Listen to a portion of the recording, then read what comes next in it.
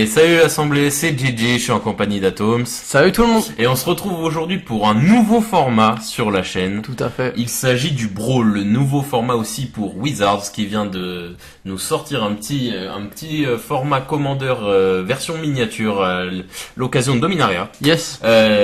Comment fonctionne le Brawl? Si tu me permets, je vais expliquer ça rapidement. Vas-y. Alors le Brawl, ça va être quoi? Ça va être un format commandeur, donc singleton, donc toutes les cartes en une fois dans un deck de 60 cartes. Ouais. Format 30 points de vie. On choisit un général, Tout à fait. une créature légendaire, et toutes les cartes du deck doivent faire partie de l'identité de couleur du général. L'identité du couleur, c'est quoi? J'ai là par exemple, moi je joue Rada qui est un général Grul. Toutes mes cartes doivent se trouver dans le panel des couleurs de mon général, c'est-à-dire rouge et vert. Ou vert, voilà, c'est ça. Donc en soi, c'est un EDH à 60 cartes, 30 points de vie. Ouais. Et voilà. C'est ça, exactement. Donc, et en banlist standard. Oui, tout à fait, très important, tu fais bien de le souligner. Oui. C'est en format standard. Enfin, oui, tout à fait, en fait, la plage de cartes possible, c'est en standard. Donc, on se retrouve aujourd'hui donc pour un Radad pour ma part, et toi, tu joues Ariel. Ouais, voilà, donc moi, Rada, qu'est-ce qu'elle fait? C'est une 3-4 pour 2 génériques et 2 et 1 de Grul. Yes. Et donc, c'est une célérité. Oui. Et à chaque fois que elle ou une de mes créatures attaque, oui. je peux générer pour chacun d'eux un mana rouge ou vert qui ne meurt pas à chaque fin de phase, en fait. C'est-à-dire que je peux utiliser ce mana dans la main phase 2. C'est ça. Donc, et toi, tu joues Ariel? Pour ma part, Ariel, c'est pareil, elle coûte 4, mais sauf qu'elle, c'est en Orzhov. C'est une 4-4 vigilance pour 3, dont un blanc, je peux générer, en l'engageant, je peux générer donc un jeton de 2 vigilance chevalier. Et pour un noir, en l'engageant et en engageant d'autres chevaliers, détruire une créature avec une force inférieure ou égale au nombre de chevaliers que j'avais engagé pour la capacité. Tout à fait. Donc, et là, donc, on est parti dans la game. Donc, moi, j'ai buildé un deck relativement agressif.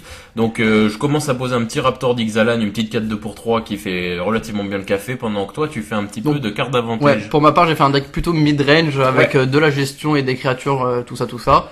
Et donc là, un petit moyen de pioche pour essayer de choper des cartes qui m'a au contrairement, il a préféré de payer 6 pour pas que je draw ma gestion. C'est ça, exactement. Et du coup, oui, on voulait vous dire aussi, voilà, les decklists de ces deux decks sont disponibles sur notre sur le site sur lequel on recense toute notre petite decklist qu'on vous présente. Et d'autant plus, on pu les faire grâce aux 3 derniers unboxings qu'on a pu ouvrir. Ouais, tout à fait, ouais. Donc là, on a pu vraiment, voilà, on n'a pas acheté de cartes pour ces decks-là. C'est vraiment des cartes issues des unboxings que vous avez vus sur la chaîne, en fait. Tout à fait. Des unboxings d'Ixalan et d'Hour of Devastation.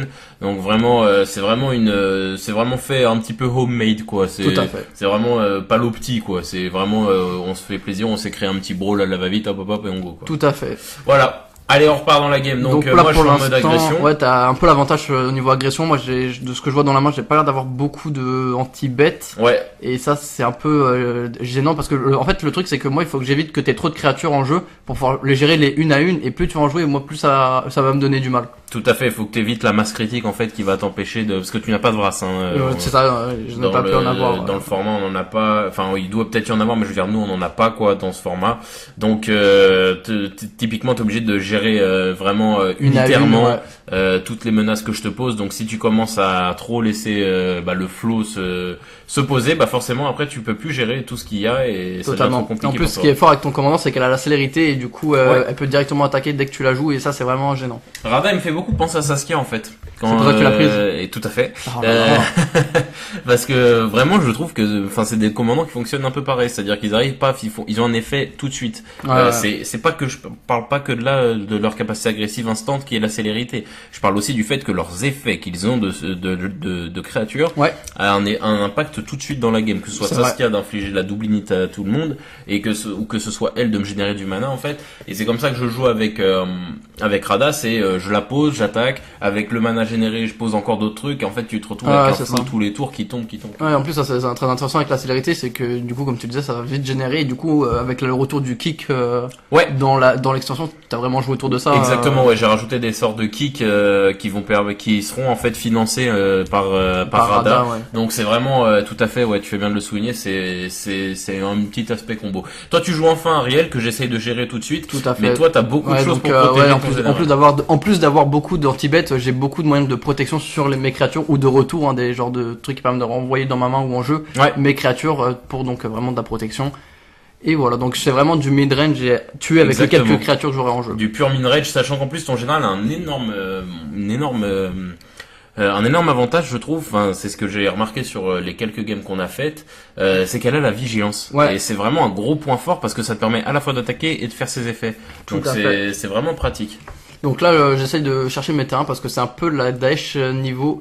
Dans ma main aussi, en fait, ça me permet. J'ai mis quelques cartes pour filtrer un peu niveau de terrain, comme qu'on fait dans des decks, dans tout classique, dans des decks classiques, parce que j'ai besoin de terrain et de pouvoir draw autre chose, parce que pour un deck qui joue beaucoup sur les anti-bêtes, si je peux le terrain, c'était vraiment pas cool. Ouais, clairement. Et puis là, en plus, Arpenteur Jason, c'est plutôt une bonne carte, parce que ça te pose un micro body qui peut te block, en plus de t'apporter un petit terrain, donc c'est plutôt pratique. Donc là, moi, j'ai posé aussi une autre créature. Alors je tenais juste à dire, cet elfe de la noire là, il est vraiment magnifique, vraiment. Ouais, c'est pas j'adore. Très belle Reddit. Il y a eu pas mal de Reddit dans l'extension. Ouais, c'est vrai. Même Radha a eu une genre de refonte Reddit. Ouais, enfin on revoit des cartes qu'on a déjà vues clairement. Moi j'ai joué une carte, je me rappelle plus de son nom, c'est une grue. À chaque fois que je joue un sort kické, elle gagne un marqueur +1/+1, et à chaque fois que j'ai un marqueur +1/+1, justement j'inflige à l'adversaire autant de blessures que de marqueurs +1/+1. C'est très fort. C'est pas mal quand t'as pas mal de sorts kickés, et là par exemple Cavru Sauvage, on entre vraiment dans ce que j'expliquais tout à l'heure.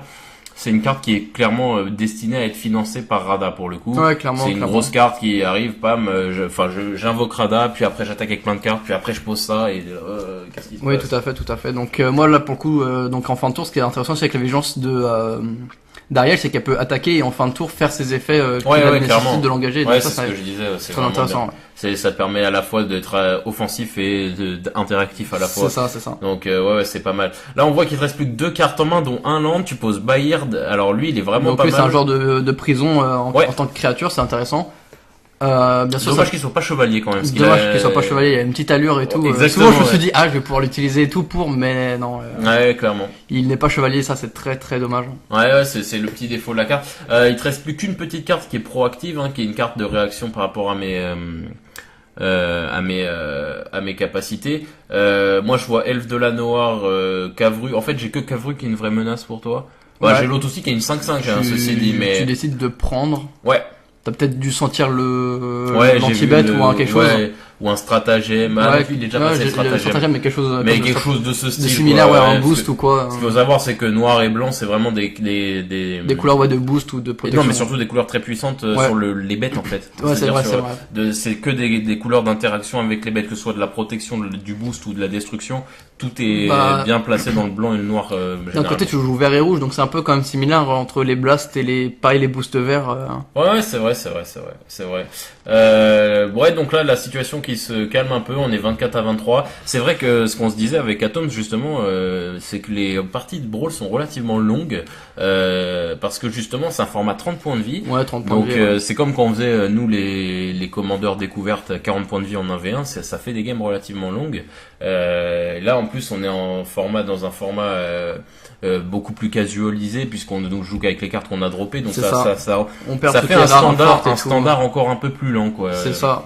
Donc clairement ça fait des games plus lentes, mais donc, pas pour autant moins passionnantes. C'est le retour de Radha, là on sent que là tu peux générer tout le mana. Ouais, clairement, mais après je suis obligé de. En fait, le truc c'est que le problème de Bayard, c'est que je peux pas. Il faut que je paye. Ouais, faut que tu payes avant d'attaquer, et c'est après que c'est entre guillemets remboursé par l'effet de Radha. C'est ça qui est dommage. Tu peux pas auto-payer les créatures. Malheureusement, elle ne s'auto-finance. Après, d'un côté, ça serait dommage parce que tu perdrais ce bonus de Radha, le fait de devoir générer le mana que tu vas produire, sera littéralement payé par. Ouais, mais après, il part quelque part. Je veux dire, c'est pas. Dans tous les cas, faut que je le paye ce mana pour attaquer, voilà. C'est pour ça que j'ai trouvé ça intéressant de jouer ce genre de carte, parce que moi déjà j'aime bien les decks prison et le voir en créature, j'ai vu. Ouais, j'imagine. Et là tu poses donc ton éphémère de couleur noire, donc là qu'est-ce qu'il fait? Plus 1 et l'invis et les légendaires. D'accord, bénédiction de Belzenlock. Donc Ah ça, oui, en c'est plus, bon, ça. pour un, c'est franchement intéressant. Et en plus de ça, c'est bien, il y a eu pas mal de nouvelles cartes liées sur les créatures légendaires parce que c'est une extension qui regroupe beaucoup de cartes légendaires, Ouais, que de ce soit ouf. créatures comme rituels ou Même des enchantements. légendaires, comme on disait dans l'unboxing, maintenant des légendaires Unco, Unco, c'est quand même vachement étonnant. Et que c'est très bien d'ailleurs, hein, parce que moi je suis pour l'originalité perso, donc ça me va très bien. Donc là tu nous as fait une belle phase de bloc. Ouais. Là maintenant par contre dans ta main t'as plus qu'une plaine de mémoire, donc C'est ça. t'es complètement à Walp. Moi il me reste encore quelques petites cartes, je sais plus exactement ce que j'ai. Voilà, donc la game qui se bloque un petit peu ici. Après voilà, ce qui est bien avec ton général, c'est que tu peux capitaliser sur ton mana blanc, quoi. Ouais, c'est ça. Tout ce mana là, tu peux générer des tokens fin de tour pour Après, poser des bodies, quoi. après là, d'un côté, j'aurais pu bloquer avec Ariel. Ariel, mais en fait, j'ai peur le fait que tu joues rouge. Et qu'en fait, c'est ça qui est intéressant, c'est que Radha, ce que t'as pas spécifié, c'est que tu perds pas les manas entre phases. Si, ouais, je l'ai dit, mais oui, c'est Ah bon. ça. Et en fait, ce que j'ai peur, c'est que tu me tues après Ariel, après une phase de Tout bloc. à fait. Parce que il me reste 1 d'endurance avec Ariel si je bloque ton commandant. Ouais, Même si j'ai l'avantage sur l'attaque et ta défense, c'est que t'as toujours des blasts qui peuvent surgir de nulle part et ça, j'ai vraiment besoin de mon commandant moi en jeu pour le coup. Oui, bien sûr, ouais, je comprends parfaitement. Ouais, c'est vrai que oui, parce que voilà, vous les games que vous voyez, nous c'est toujours ce qu'on fait quand on fait des games maison, on filme plusieurs games, etc. C'est ça. Et c'est vrai que plein de fois, on est arrivé dans des situations où est-ce que bah tu sais que j'ai du mana qui est généré par Radha, donc tu sais que je peux faire quelque chose après la main phase, après la battle phase. Donc t'es plus réticent à bloquer, à faire des blocs un peu trop lèges, quoi. C'est ça, Donc, c'est ça. À clairement. moins d'avoir une protection en main pour Ariel, Tout à fait, si je tout à bloquerai fait. jamais quoi. C'est vrai que toi en plus t'en as beaucoup pour le coup parce que t'as Ouais. aussi la créature blanche qui C'est s'associe ça, là, ouais, qui peut être la sacrifier pour donner indestructibilité. Ouais. Tout à fait, ouais. Donc tout est basé sur Ariel pour le coup. Tu fais tout pour protéger ton C'est ça, général, c'est ça. qui est en plus un très bon général. Donc c'est Ouais, legit en que fait, tu il peut s'autosuffire, donc c'est pour ça que Tout à fait, ouais. j'essaie de faire en sorte de l'avoir en jeu et de pas la perdre. Ouais, clairement. Et du coup, Ah, là, j'ai le terrain. ouais, Je t'as le réfléchis terrain, et à là, savoir ça- est-ce ça que je sent la serai. concède. Et ça et concède. ça bien sûr. concède. Ok. Ok, ouais, c'est comme ça que se finit cette petite game. Alors ouais, on va vous en proposer une autre, je Ouais. pense, de Brawl Ariel versus Radha. Mais ce ne sont pas, voilà, c'est pas un, C'est pas suivi. Voilà, ça ne se suit pas, c'est pas un BO ou quoi, c'est des petites games quoi, pour montrer des decks un peu comme on a fait avec le Limité Exalan, je sais pas Tout à si tu te fait. souviens. Limité Exalan et Euh, limité Hour of Et Devastation. Hour of Devastation, tout à fait, on avait fait aussi, ouais. Donc voilà, c'est plus des vidéos axées pour les casu gamers qui Ouais. voudraient savoir, voilà, moi j'achète Les boosters. j'achète des boosters ou même carrément une display avec des potes ou quelqu'un machin, et est-ce qu'on peut monter des trucs pour se faire plaisir. Voilà, là ce qu'il faut savoir c'est que 70% des 2 decks étaient faits de Dominaria, Ouais, à peu ouais. de choses près. À peu- ouais, de c'est pas loin, ouais. c'est pas loin ça quoi. De toute façon, je pense que même avec juste un 30 booster, on peut faire un brawl sympa. Tout à full fait. Dominaria. Tout à fait. Donc voilà, c'est pour surtout pour vous donner un peu des idées. C'est comme ça que se finit cette petite game. Et puis voilà, Tom, ça quelque chose à rajouter. Bien sûr, vous pouvez toujours liker la vidéo, mettre un commentaire constructif s'il y a quelque chose à dire, Yes. vous abonner à la chaîne YouTube et nous suivre sur la page Facebook et à partager à tout fan de MTG. Voilà, et puis sur ce, on se dit à la semaine prochaine, l'Assemblée. Salut tout le monde. Salut tout le monde.